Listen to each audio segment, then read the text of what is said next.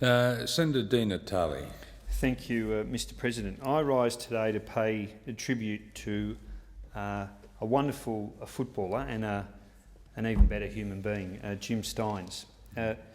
With the passing of Jim Stynes, Australia didn't lose just a great sports person. We lost a wonderful Australian. The extraordinary flow of tributes that have occurred in the last 24 hours is really a testament to the profound way in which the life of Jim Stynes touched so many of us. I didn't know him personally. I grew up at a time when, as a young kid, I was mad for footy.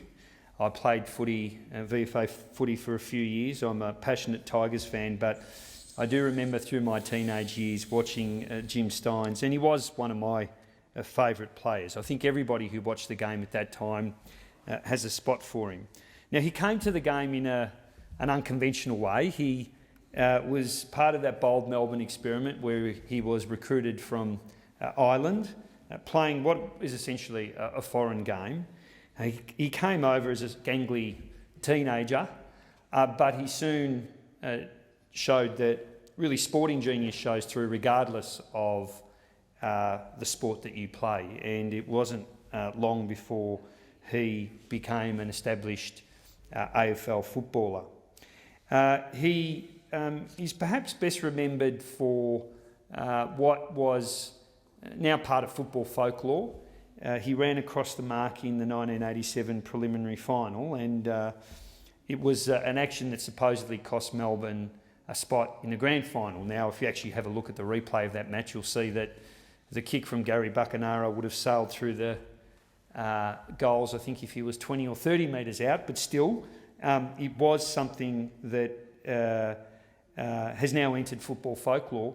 And it could have been the end of Jim Stynes, the footballer. It was the sort of thing that at the time was one of the defining moments of the 80s in terms of individual acts of a footballer and the consequences of those acts. But a bit like his response to his battle with cancer, he used that as an opportunity to grow and become a better footballer. He went on over a number of years to become one of the game's most decorated players. He won a Brownlow medal in 1991, and the thought of somebody who didn't grow up playing football, recruited from somewhere else, taking up the game late on in their teenage years to achieve that honour, as I said, is a testament to his wonderful ability. He became the prototype for the modern ruckman, a player who could run across the ground and play almost part ruckman, part ruck rover, part key forward. He was well ahead of his time, an incredible athlete and an incredible footballer.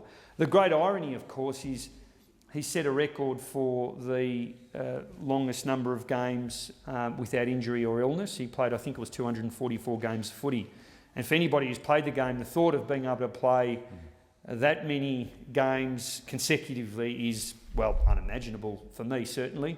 But he was somebody who would play with incredible injuries and often play as well as he did when he was fully fit.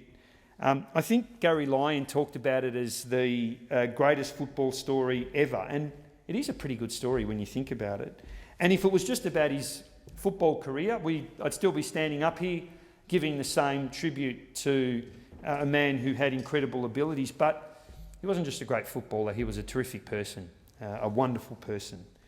One of the great contributions he made, I mean, most footballers often retreat from public life and often will spend many years trading on the fact that they were an elite sports person, but that wasn't the makeup of Jim Stynes. He went on and established the Reach Foundation, which was an organisation targeting young kids. His own upbringing was one where it wasn't the easiest upbringing that one would imagine, and yet he used that as an opportunity to inspire young kids, to try and teach them about the things that they have that are valuable, their inner qualities, to try and bring the hero out that exists in each and every one of us.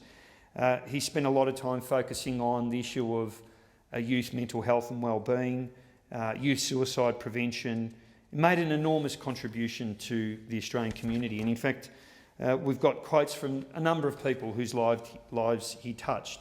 Now, one person, Jim created a world with a rich tapestry of people and experiences that I walked into when I was 15. One that challenged and fostered me to be my best self. Jim always had an ability to inspire greatness in those he met, and he also expected it. He taught us to innovate, to lead, to love, and to find greatness in those we worked with. So much of the person I am today and those I love most dearly have been moulded by Jim.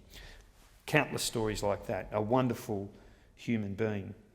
Now, he, all through this, while he considered his work with the Reach Foundation his calling, he was saddened by the state of the oldest football club in the nation, the Melbourne Football Club. And he decided that through his battle, despite the fact that he had a huge fight on his hands with his battle with cancer, he took on the issue of the Melbourne Football Club, which was in the doldrums. It was a club that was struggling, didn't have much on-field success, and yet he managed to return to that club and breathe new life into it. He helped to get the club back onto a stable financial footing, and he did what his work with the club was similar to his work with the Reach Foundation. He transformed it. He was a transformative human being. And he really carried that club when he could barely stand. Now, I think it's really in his final years that the greatness of Jim Stynes was something that we were all privileged to see. He thrived in a set of circumstances that would have sent most people to a very dark place. He would have been forgiven for self-pity and for curling up and trying to spend his last days sadly with his family. But he didn't do that. And, you know, I've seen a lot of people who have been faced with that diagnosis through my medical career, and the strength of character for a human being to say, I needed to live a better life, and getting cancer has led me to a much better life. He spoke of his experiences with cancer as a privilege and something that he could grow and learn from. And his enduring positivity, his attitude, his compassion, his selflessness are all something that I think we're very, very privileged to have been able to witness. It's a story that's touched me personally. I'm a new dad. I've got a 1-year-old and a 3-year-old, young family, much like Jim. I'd like to think of myself in the prime of my life, just as he was, at the age of 45. I don't think I've got the strength that that man, I don't think I've even got close to the strength that he had. But to think that he's been taken away from us and taken away from his family at such a time is something that I think we're all very, very sad about. He is a man who gave so much. As I said, I didn't know Jim personally. My perspective is that of an outsider, but I do feel some connection to his story. I hope that I can do some justice to the life of what has been a remarkable human being. We lost a father, a husband, a friend, a mentor, a colleague. We lost a gentleman, a philanthropist, and an inspirational human being. I'm sure I reflect the sentiments and thoughts in this place that we all think, and our thoughts are very much with his family, with his friends, his siblings who moved over from Ireland some years ago to be with him. He was that sort of human being. He will be sadly missed. He's a great loss, and we pay our respects to a great man, Jim Stynes.